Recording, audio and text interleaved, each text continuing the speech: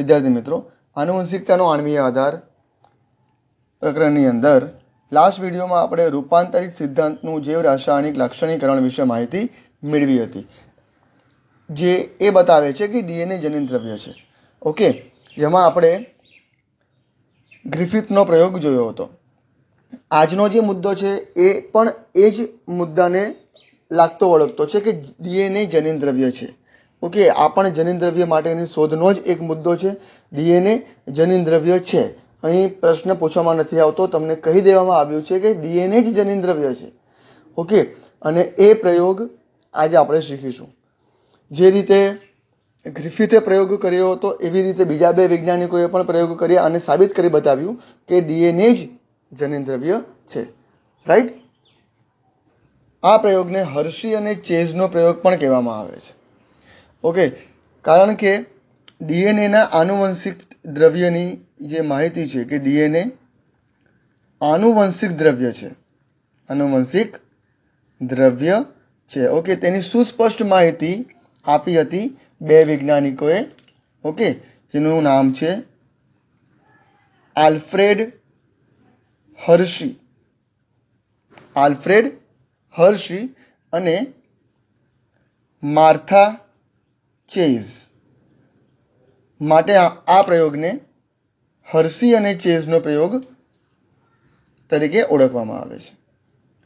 1952માં એમની માહિતી અપાઈ હતી. ઓકે, તો એમણે શું કર્યું છે, હર્શી અને ચેઝે કઈ રીતે પ્રયોગ કર્યા અને કેવી રીતે સાબિત કરી બતાવ્યું કે ડીએનએ જનીન દ્રવ્ય છે. તો એમણે જે કાર્ય કર્યું હતું એ કાર્ય કર્યું હતું વાયરસ પર. વાયરસ પર કાર્ય કર્યું. રાઈટ? અને એ વાયરસ હતો બેક્ટેરિયોફેજ. વાયરસ કયો હતો? બેક્ટેરિયોફેજ. હવે આ એ વાયરસ છે કે જે બેક્ટેરિયાની સપાટી સાથે ચોંટી જાય છે અને બેક્ટેરિયાને પણ ચેપગ્રસ્ત કરે છે. રાઈટ? એટલે તમે લખી શકો બેક્ટેરિયોફેજ કે જે બેક્ટેરિયાને ચેપગ્રસ્ત કરે છે. ચેપગ્રસ્ત કરે છે. ઓકે, ને આમાં બેક્ટેરિયા તરીકે આપણે ઇકોલાઈને પસંદ કરીશું. ઓકે, બેક્ટેરિયા એટલે કયો બેક્ટેરિયા? તો કે ભાઈ ઇકોલાઈ, ઇસેરિશિયા કોલાઈ બેક્ટેરિયાને આપણે પસંદ કરીશું અને એના ઉપર બેક્ટેરિયોફેજ વાયરસની ટ્રીટમેન્ટ આપીશું ને એના દ્વારા જે કંઈ પણ રિઝલ્ટ મળે છે એના ઉપરથી નક્કી થશે કે ડીએનએ જનીન દ્રવ્ય છે. તો ચાલો આપણે એ પ્રયોગ ઉપર આગળ વધીએ. તો વિદ્યાર્થી મિત્રો, મેં નીચે બેક્ટેરિયોફેજની આકૃતિ દોરવાનો પ્રયત્ન કર્યો છે. તમે જુઓ, નીચે બેક્ટેરિયાફેજની આકૃતિ છે. હવે બેક્ટેરિયાફેજની રચના તો જો તમે ધ્યાનથી જુઓ ને તો એમાં બે જ પદાર્થ આવેલા છે. આ જે ફરતેનું જે મેં આવરણ હાલમાં દર્શાવેલું છે આ ભાગ આવે પ્રોટીનનું. ઓકે, પ્રોટીનનું કેપ્સિડ આવરણ, જેને પ્રોટીનનું આવરણ કહેવાય, પ્રોટીનનું કેપ્સિડ આવરણ. ઓકે, આ બધું પ્રોટીનનું બનેલું હોય છે. રાઈટ? અને એની અંદર તમને જોવા મળશે ડીએનએ. આ સમજો કે બેક્ટેરિયોફેજનો ડીએનએ છે. એટલે બેક્ટેરિયોફેજની રચનામાં મુખ્ય બે જ ઘટક જોવા મળે તમને. એક છે પ્રોટીનનું બનેલું એનું કેપ્સિડ આવરણ અને ડીએનએ. તો આ બેક્ટેરિયોફેજ શું કરે છે? જો હું તમને એક સિમ્પલ ડાયાગ્રામ બતાવું. ધારો કે આ ઈ કોલાઈ બેક્ટેરિયા છે. એક રફ ડાયાગ્રામ દ્વારા તમને સમજાવું. જેમ કે આ બેક્ટેરિયા છે ઈ કોલાઈ. રાઈટ? આ ઈ કોલાઈ બેક્ટેરિયા ઉપર આ બેક્ટેરિયોફેજ આવીને ચોંટી જાય છે. હું સિમ્પલ રચના દ્વારા તમને સમજાવવાનો પ્રયત્ન કરું છું. રાઈટ? આ રીતે આ બેક્ટેરિયોફેજ, આ છે બેક્ટેરિયોફેજ. ઓકે, આ વાયરસ છે અને આ બેક્ટેરિયા છે. તો આ જે વાયરસ છે, આ વાયરસ બેક્ટેરિયોફેજ એ બેક્ટેરિયા સાથે ચોંટી જાય છે અને પોતાનું જે જનીન દ્રવ્ય છે જે આની અંદર આવેલું હોય, ઓકે, એ જનીન દ્રવ્ય સીધું ઈ કોલાઈ બેક્ટેરિયાની અંદર દાખલ કરી દે છે. ઓકે, એટલે બેક્ટેરિયલ કોષને એવું લાગશે કે એની અંદર જે વાયરસનો જે આનુવંશિક દ્રવ્ય આવ્યું છે, ધારો કે એનો ડીએનએ એને આની અંદર નાખી દીધો, રાઈટ. આ ડીએનએ આવી ગયો કોનો? બેક્ટેરિયોફેજનો. તો બેક્ટેરિયા જે છે ઈ કોલાઈ એ શું સમજશે? એ એવું જ સમજશે કે આ જે જનીન દ્રવ્ય છે એ પોતાનું છે. આ જે જનીન દ્રવ્ય ભલે બેક્ટેરિયાએ બહારથી નાખ્યું છે, પણ ઈ કોલાઈ એવું સમજશે કે આ જનીન દ્રવ્ય કોનું છે? પોતાનું છે. જેનાથી શું થશે? જેથી આગળ જતા એ અનેક વાયરસના આવા નાના નાના કણોનું નિર્માણ કરશે, રાઈટ. હવે આ તો મેં તમને કહી દીધું કે આની અંદર ડીએનએ દાખલ થાય છે, પણ એકચ્યુઅલમાં પહેલાં ખબર ન હતી કે જે દાખલ કરે છે આ આ વાયરસ બેક્ટેરિયામાં જે દાખલ કરે છે એ શું છે? એ પ્રોટીન છે કે ડીએનએ છે? એ પહેલાં ખબર ન હતી, રાઈટ. સમજ પડે છે? અને એને શોધવા માટે હર્સી અને ચેઝે પ્રયોગ કર્યા, જેને હર્સી અને ચેઝનો પ્રયોગ કહેવામાં આવે છે. ખ્યાલ આવી ગયો? બેક્ટેરિયોફેજ જે છે, આ જે વાયરસ છે, આ એક વાયરસ છે. ઓકે, આ વાયરસ આ બેક્ટેરિયાની અંદર, ઈ કોલાઈ બેક્ટેરિયામાં પોતાનું જનીન દ્રવ્ય નાખે છે. હવે એ શું છે? પ્રોટીન છે કે ડીએનએ છે? એ ખબર ન હતી પહેલા, રાઈટ. પણ જનીન દ્રવ્ય આવે છે અને આ બેક્ટેરિયા એ જનીન દ્રવ્યને પોતાનું જનીન દ્રવ્ય સમજી લે છે અને એના બદલામાં એ એવા ઘણા બધા વાયરસીસ ઉત્પન્ન કરે છે પોતાની અંદર. ઓકે, બહુગુણન પામીને ઘણા બધા ડીએનએઝ બને છે, એટલે કે ઘણા બધા આનુવંશિક દ્રવ્ય બને છે, રાઈટ. અને બહુ બધા વાયરસ અંદર નિર્માણ પામે છે. સમજ પડે છે? હવે એ શોધવા માટે કે એ જનીન દ્રવ્ય કયું દાખલ કર્યું? પ્રોટીન દાખલ કર્યું કે ડીએનએ? એને શોધવા માટે હર્સી અને ચેઝે પ્રયોગ કર્યો. ચલો તો હવે આપણે પ્રયોગ ઉપર આગળ વધીએ, રાઈટ. તો હર્સી અને ચેઝે શું કર્યું? તો જે બેક્ટેરિયોફેજ જે છે, આ બેક્ટેરિયોફેજ અને ઈ કોલાઈને એમણે બે અલગ માધ્યમમાં ઉછેર કરાવ્યા. એટલે હું લખું અહીંયા કે તેમણે હર્સી અને ચેઝે વાયરસને એટલે કે બેક્ટેરિયોફેજને બે અલગ માધ્યમમાં એમનો ઉછેર કરાવ્યો. હવે બે કયા માધ્યમ? તો હું એના નામ લખું છું નીચે. પહેલું માધ્યમ એમણે લીધું radioactive sulphur. Radioactive સલ્ફરનું માધ્યમ લીધું. ઓકે, એક એવો સલ્ફર કે જે રેડિયો એક્ટિવ ગુણધર્મ ધરાવતો હતો, એટલે રેડિયો એક્ટિવ સલ્ફરયુક્ત માધ્યમમાં એમણે ઉછેર્યા. અને એનું નામ હું અહીં લખું છું, એ હતા S35, રાઈટ. S35 આ એક રેડિયો એક્ટિવ સલ્ફર યુક્ત માધ્યમ છે. અને બીજું માધ્યમ જે એમણે પસંદ કર્યું હતું એ પણ રેડિયો એક્ટિવ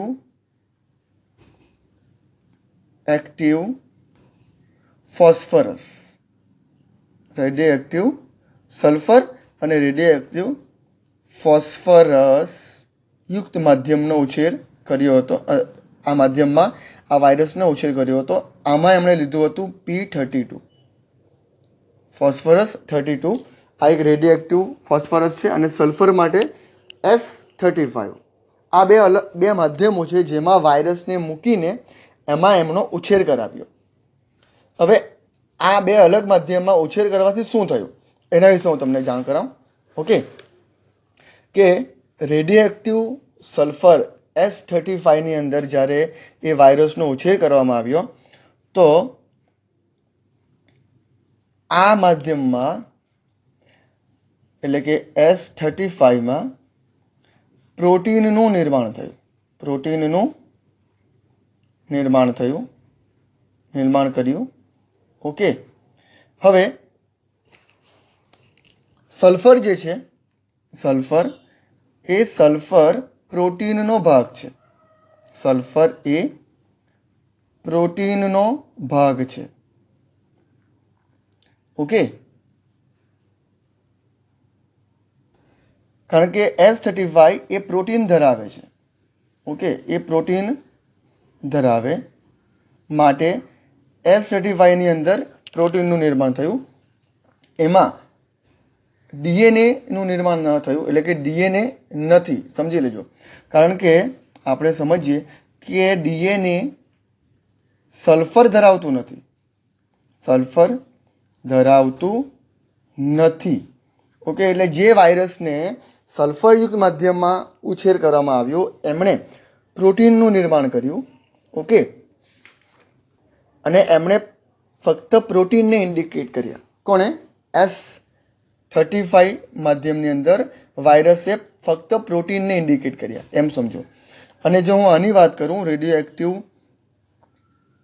ફોસ્ફરસની, ઓકે, તો P32, હવે આપણને ખબર છે કે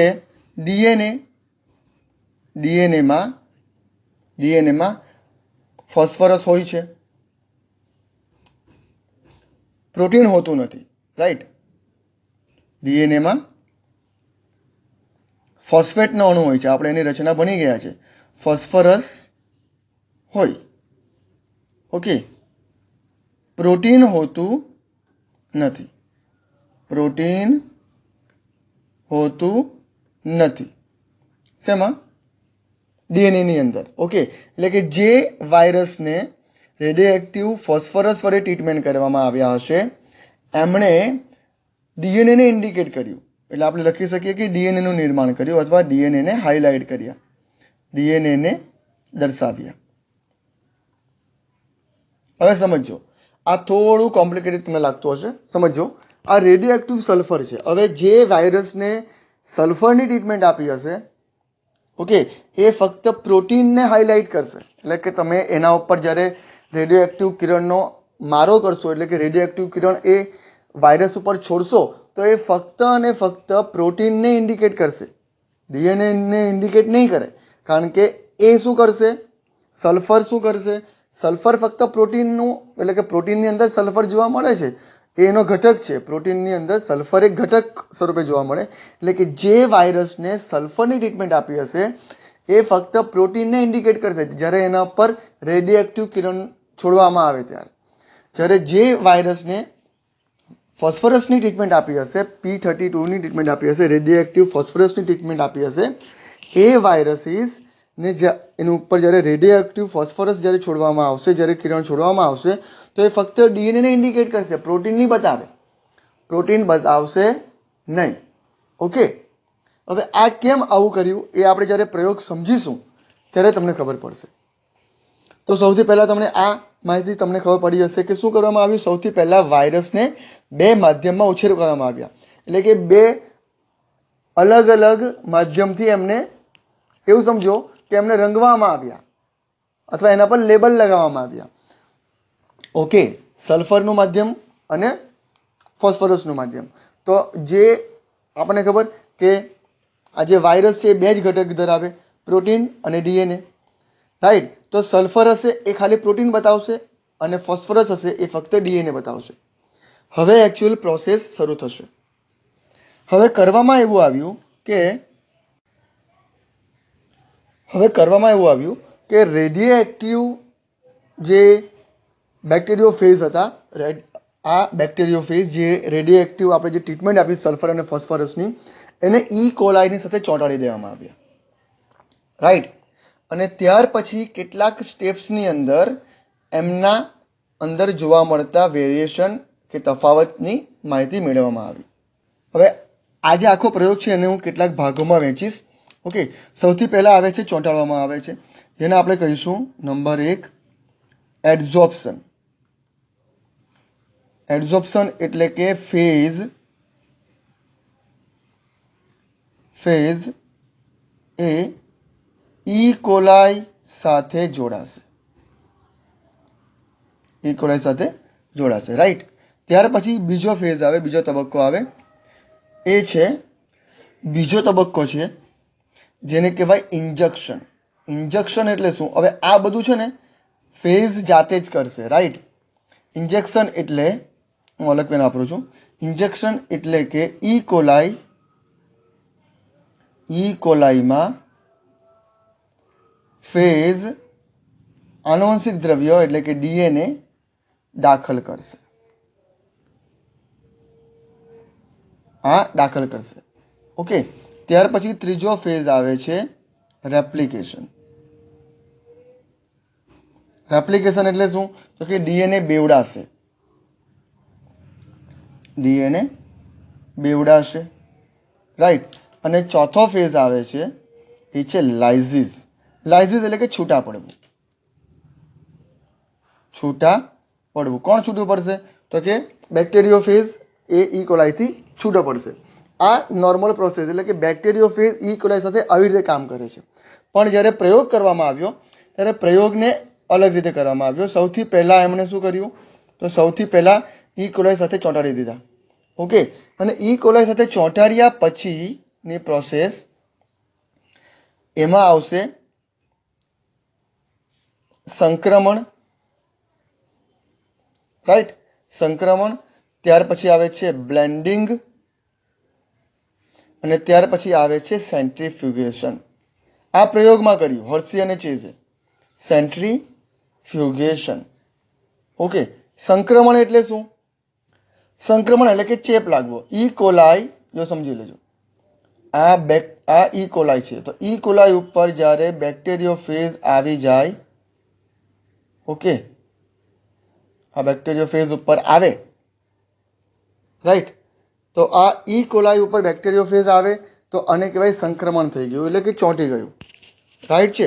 અને એ પોતાનો જે કંઈ પણ DNA હશે કે જે કંઈ પણ આનુવંશિક દ્રવ્ય હશે તે અંદર છોડી દેશે. હવે કરવામાં આવ્યું બ્લેન્ડિંગ. ઓકે. હવે બ્લેન્ડિંગ એટલે શું?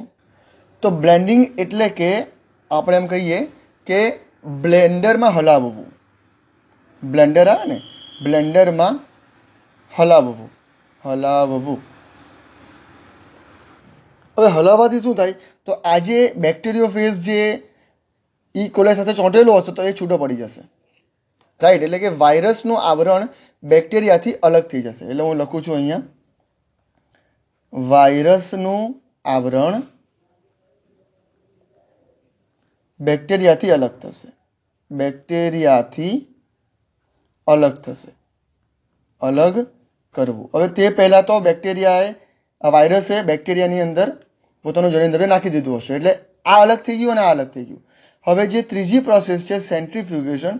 સેન્ટ્રીફ્યુગેશનનો અર્થ થાય સેન્ટ્રીફ્યુઝ કરવું. સેન્ટ્રીફ્યુઝ કરવું એટલે કે એને કશ્નળીની અંદર મૂકીને એને ગોળ ગોળ ગોળ ગોળ એક મશીન આવે જેને સેન્ટ્રીફ્યુગેશન કરવા માટેનું મશીન કહેવાય. એની અંદર તમે એક સિમ્પલ તમને બતાવું છું, જુઓ. એક મશીન આવે જે રોટેટ થતું હોય, ગોળ ગોળ ફરતું હોય. એની અંદર નાના નાના છિદ્ર હોય છે, કાણા હોય છે મશીનની અંદર. આ મશીનની અંદર તમારે શું કરવામાં આવે? આ જે છિદ્ર છે એની અંદર તમારે ટેસ્ટ ટ્યુબ, એ ટેસ્ટ ટ્યુબ પણ ઢાંકણવાળી આવે, ઓકે. એ ટેસ્ટ ટ્યુબની આની અંદર મૂકી દેવામાં આવે અને આ જે મશીન છે એ રોટેટ થશે, ગોળ ગોળ ફરશે ફૂલ સ્પીડ પર. એની પણ સ્પીડ તમે મેન્ટેન કરી શકો, રાઈટ. એ ગોળ ગોળ ફરશે. હવે ગોળ ફરવાથી શું થશે? તો એને કહેવાય સેન્ટ્રીફ્યુઝ થવું. સેન્ટ્રીફ્યુઝ થવું એટલે કે હલકા પદાર્થો ઉપર તરફ જતા રહેશે અને ભારી પદાર્થો નીચે તરફ આવી જશે, રાઈટ. આપણે જ્યારે મિક્સચરની અંદર કંઈક વસ્તુ ગ્રાઇન્ડ કરતા હોઈએ, રાઈટ છે, તો એના જેવું આ કામ થાય છે. પણ અહીં ગ્રાઇન્ડ નહીં થતું, ફક્ત અહીં ગોળ ગોળ ફરશે. એટલે આની આ જે કસનળી છે જેની અંદર જે કંઈ પણ મટીરિયલ હશે એમાં ભારે મટીરિયલ હશે એ નીચે બેસી જશે કસનળીમાં અને હલકું મટીરિયલ ઉપર જતું રહેશે. હવે સમજો. તો હું તમને આ જ વસ્તુને ફરીથી અલગથી બતાવું. જુઓ, એમણે શું કરવામાં આવ્યું? તો પહેલા એક કસનળી લીધી હશે. એ કસનળીની અંદર જે પેલું સેન્ટ્રીફ્યુઝ વાળી જે કસનળી હતી ને, મેં હમણાં ફોટોગ્રાફ બતાવ્યો એ, ઓકે. એક કસનળી લીધી. એક કસનળીની અંદર હું જસ્ટ લખું છું, ઓકે, કસનળી, જેની અંદર એમણે મેઇન મટીરિયલ હતું એટલે કે ઈ કોલાઈ, રાઈટ. ઈ કોલાઈ અને બેક્ટેરિયોફેઝ, બરાબર. ઈ કોલાઈ અને બેક્ટેરિયોફેઝ જે સાથે જોડાયેલા હતા એને અંદર એમણે નાખી દીધા. એટલે સમજો, આ ઈ કોલાઈ છે, રાઈટ. અને એના ઉપર હું બતાવું છું બેક્ટેરિયોફેઝ,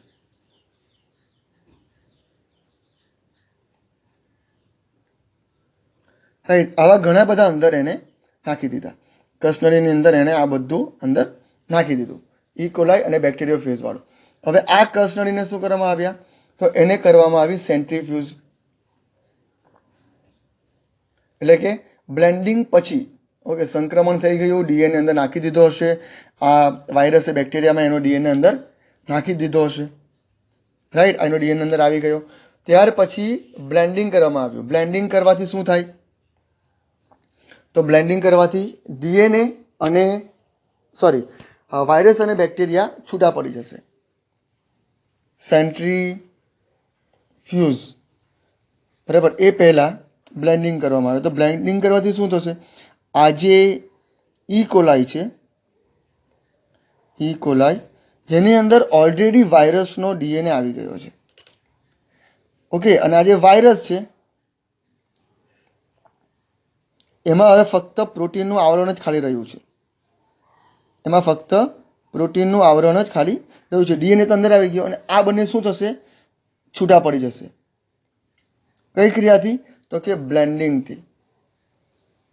બ્લેન્ડિંગથી એ છૂટા પડી જશે. અને હવે કરવામાં આવે છે સેન્ટ્રીફ્યુઝ, રાઈટ, એ આની અંદર જ કરવામાં આવે છે. હવે સેન્ટ્રીફ્યુઝ કરવામાં આવશે તો શું થશે? એ પણ સેન્ટ્રીફ્યુઝ પણ એક પ્રકારના બ્લેન્ડિંગની પ્રક્રિયામાં ને સપોર્ટ કરશે. જે ઈ કોલાઈથી આ વાયરસીસ છૂટા નહીં પડ્યા હશે એ પણ આ સેન્ટ્રીફ્યુઝ કરવાથી એ પણ છૂટા પડી જશે.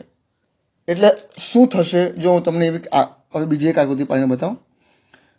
સેન્ટ્રીફ્યુઝ કરવાથી બ્લેન્ડિંગ જેનું બાકી હશે એનું પણ બ્લેન્ડિંગ થઈ જશે. અને આ જે મટીરિયલ છે, જોજો, એ મટીરિયલ બે ભાગમાં વહેંચાઈ જશે. બે ભાગમાં, ઓકે. નીચે તરફ જે ભારે પદાર્થ હશે, હવે ભારે શું હોય? તો કે પ્રોટીન કરતાં ડીએનએ વજનમાં થોડા ભારે હોય, ઓકે. તો નીચે તરફ બેક્ટેરિયા આવી જશે, કારણ કે બેક્ટેરિયા વજનમાં ભારે છે, ઓકે. મારથી ડીએનએ બોલાઈ ગયું. બેક્ટેરિયા અને વાયરસીસમાં કોણ ભારે? તો બેક્ટેરિયા ભારે, રાઈટ. તો સેન્ટ્રીફ્યુઝ કરશે એટલે ગોળ ગોળ ફરશે. ગોળ ગોળ ફરતા જે ભારે પદાર્થ હશે, આ ભારે બેક્ટેરિયા, એનું કદ મોટું હોય એટલે વજનમાં એ ભારે જવાના. ભારે બેક્ટેરિયા નીચે તરફ બેસી જશે, નીચે જમા થશે, ઓકે. અને ઉપર તરફ બધા જે વાયરસ છે, બેક્ટેરિયોફેજ, એ છૂટા પડી જશે. આ છે બેક્ટેરિયોફેજ. જે કેવા છે? હલકા છે. હલકા બેક્ટેરિયોફેજ ઉપર જમા થશે. એટલે આમાં શું થયું? આ જે બે છૂટા પાડ્યા હતા બ્લેન્ડિંગથી, આ પણ એવી જ પ્રક્રિયા છે. સેન્ટ્રીફ્યુગેશન કરવાથી શું થશે? જે ભારે બેક્ટેરિયા હશે નીચે તરફ આવી જશે અને હલકા ઉપર તરફ જતા રહેશે. બેક્ટેરિયા ઉપર તરફ અને વાયરસ ઉપર તરફ અને બેક્ટેરિયા નીચે આવી જશે. અને જેનું આ સેન્ટ્રીફ્યુગેશન કરવાથી જેનું બ્લેન્ડિંગ ન થયું હશે ને, જે છૂટા નહીં પડ્યા હશે, એ પણ છૂટા પડીને આવી રીતે ઉપર અને નીચે જમા થઈ જશે. હવે શું કરવામાં આવે? તો હવે મેઇન પ્રોસેસ, હવે એના ઉપર રેડિયો એક્ટિવ પદાર્થનો મારો કરવાનો. પાર્ટ 1 સમજી લેજો, પહેલો ભાગ. એના ઉપર શું કરવામાં આવ્યું? તો કે રેડિયો એક્ટિવ કિરણો નો મારો કરવો. મારો કરવો એટલે કે એના પર રેડિયો એક્ટિવ કિરણો છોડવા. હવે સમજો આપણે કયા કિરણનો ઉપયોગ કરવાનો છે, સમજી લેજો. હવે આપણે કોનો ઉપયોગ કરવાનો? તો રેડિયો એક્ટિવ પદાર્થો આમાં કયા કયા છે? તો આ જે બેક્ટેરિયા છે, ઓકે, બેક્ટેરિયા પણ રેડિયો એક્ટિવ છે. પણ કયા રેડિયો એક્ટિવ છે બેક્ટેરિયા? બેક્ટેરિયા જે છે એ આ બેક્ટેરિયાની અંદર ડીએનએ આવી ગયો છે, રાઈટ. તો એના ઉપર રેડિયો એક્ટિવ ફોસ્ફરસનો મારો કરવામાં આવતા એ બતાવશે, અહીં ડીએનએ બતાવશે. ઉપર જો તમે રેડિયો એક્ટિવ ફોસ્ફરસનો મારો કરો તો જો આમાં ડીએનએ હોય તો અહીં ઇન્ડિકેટ કરે, સમજી લેજો, ઓકે. હવે આના ઉપર તમે જો રેડિયો એક્ટિવ સલ્ફરનો મારો કરશો તો એ ઉપર તરફ બતાવશે, પ્રોટીન ઉપર તરફ બતાવશે. પણ જ્યારે પાર્ટ 1 જ્યારે રેડિયો એક્ટિવ કિરણનો મારો કરવામાં આવે તો શું થશે? તો જે પદાર્થો અથવા જે ઘટકો S35 થી રેડિયો એક્ટિવ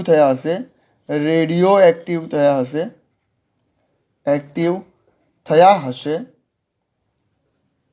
S35 થી, તો એ પ્રોટીનને ઇન્ડિકેટ કરશે, પ્રોટીન બતાવશે કે ભાઈ આ જગ્યાએ પ્રોટીન છે. ઓકે, અને પાર્ટ 2 જેના ઉપર રેડિયો એક્ટિવ P32 નું ટ્રીટમેન્ટ આપ્યું હશે, રેડિયો એક્ટિવ P32 વડે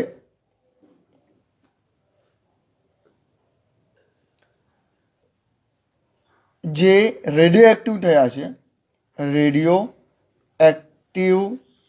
થયા હશે. ઓકે, તે ડીએનએ ને બતાવશે. હવે મને એ કહો કે આમાં ડીએનએ ક્યાં છે? તો આપણને ખબર છે કે ડીએનએ ઓલરેડી આ બેક્ટેરિયો ફેઝમાંથી બેક્ટેરિયાની અંદર આવી ગયું છે, વાયરસમાંથી બેક્ટેરિયાની અંદર આવી ગયું છે. તો જ્યારે આના ઉપર રેડિયો એક્ટિવ કિરણનો મારો કરવામાં આવ્યો, ઓકે, આમ જ્યારે કિરણનો મારો કરવામાં આવે ત્યારે બધા ઉપર જ મારો કરવામાં આવે, રાઈટ છે, ઉપર તરફ પણ અને નીચે તરફ પણ ઇન્ડિકેટ ક્યાં કરશે? જ્યાં ડીએનએ હશે ત્યાં. તમે આ પાર્ટ બી માં જે રેડિયો એક્ટિવ P32 છે એના વડે ડીએનએની ટ્રીટમેન્ટ મળી છે, રાઈટ. એ ફક્ત ડીએનએને ઓળખશે. આમ તો આપણે વાયરસની ટ્રીટમેન્ટ આપી છે, ઓકે, પણ વાયરસમાં જે પ્રોટીન હશે એ પ્રોટીન S35 થી રેડિયો એક્ટિવ થયા હશે અને જે ડીએનએ હશે એ P32 થી. તો જ્યારે એના પર P32 નો મારો કરવામાં આવે તો જ્યાં જ્યાં પણ ડીએનએ હશે ત્યાં ત્યાં એ ઇન્ડિકેટ કરશે. તો જ્યારે એના પર રેડિયો એક્ટિવ કિરણનો મારો કરવામાં આવ્યું તો જ્યાં બેક્ટેરિયા હતા, ઈ કોલાઈ બેક્ટેરિયા હતા, એ ઈ કોલાઈ બેક્ટેરિયાની અંદર એ રેડિયો એક્ટિવ ડીએનએ મળી આવ્યા. એનો અર્થ એ થાય કે વાયરસે જે કંઈ પણ દ્રવ્ય બેક્ટેરિયામાં છોડ્યું છે એ ડીએનએ છે. પહેલા હર્શી અને ચેઝને ડાઉટ હતો કે એ શું છોડે છે, અંદર પ્રોટીન છોડે છે કે ડીએનએ છોડે છે. ઓકે, પણ જ્યારે P32 વડે એને ટ્રીટમેન્ટ કરવામાં આવી અને એના ઉપર રેડિયો એક્ટિવ કિરણનો મારો કરવામાં આવ્યો ત્યારે એમણે જોવા મળ્યું કે બેક્ટેરિયા રેડિયો એક્ટિવ હતા. બેક્ટેરિયા એટલે ઈ કોલાઈ એ પોતે P32 થી રેડિયો એક્ટિવ હતા. કેમ P32 થી રેડિયો એક્ટિવ હતા? કારણ કે એની અંદર એ ડીએનએ આવી ગયો હતો.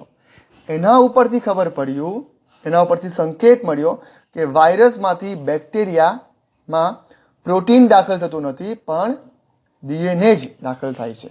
એટલે આપણે લખી શકીએ અહીં કે આ પરથી મળી આવ્યું કે વાયરસમાંથી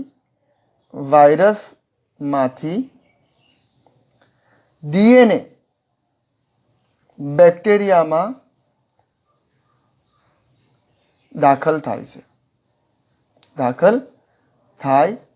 છે, રાઈટ. એટલે કે જ્યારે એના પર P32 વડે ટ્રીટમેન્ટ કરવામાં આવી ત્યારે ખબર પડી કે બધા બેક્ટેરિયા રેડિયો એક્ટિવ દેખાતા હતા, વાયરસીસ નહીં હતા. એટલે એના પરથી એ ખબર પડી કે વાયરસે પોતાનો ડીએનએ મોકલી આપ્યો છે બેક્ટેરિયાની અંદર, એ માટે બેક્ટેરિયા હવે રેડિયો એક્ટિવ દેખાતા હતા. એના ઉપરથી ખબર પડી કે પ્રોટીન તો આખું અલગ થઈ ગયું, વાયરસની અંદર જે પ્રોટીન હતું એ પ્રોટીન આખું અલગ થઈ ગયું. ઓકે, એટલે કે એનો જે આવરણ હતું એ તો એમને એમ છે, પણ એમાંથી છૂટું શું પડ્યું? તો કે ડીએનએ. અને ડીએનએ એ બેક્ટેરિયાની અંદર દાખલ થઈને બેક્ટેરિયાને સંક્રમિત કર્યા. ઓકે, એટલે એના ઉપરથી ખબર પડે કે ડીએનએ જ આનુવંશિક દ્રવ્ય છે જે એક ઘટકમાંથી બીજા ઘટકની અંદર, એક પદાર્થમાંથી અથવા એક સજીવમાંથી બીજા સજીવની અંદર એ દાખલ થાય છે, અથવા આનુવંશિક દ્રવ્ય તરીકે ડીએનએ જ છે કે જે વિવિધ લક્ષણો માટે જવાબદાર છે. આ તમારી ટેક્સ્ટબુકની અંદર આ પ્રકારનો ચાર્ટ દર્શાવ્યો છે. એમાં તમે જોઈ શકશો આ બેક્ટેરિયો ફેઝ છે જે S32 વડે સંક્રમિત છે. ઓકે, હવે એ જુઓ અને આ જુઓ, એ ફક્ત પ્રોટીન, અહીંયા લાલ પ્રોટીન છે એટલે ખાલી પ્રોટીનને બતાવે છે, ડીએનએને ઇન્ડિકેટ નહીં કરશે. જ્યારે આમાં P32 એ ફક્ત ડીએનએને ઇન્ડિકેટ કરશે. હવે જ્યારે સંક્રમણ કરવામાં આવ્યું બંનેનું, તો આમાં ડીએનએ દાખલ થયા, આમાં પણ ડીએનએ દાખલ થયા, ખબર પડે છે.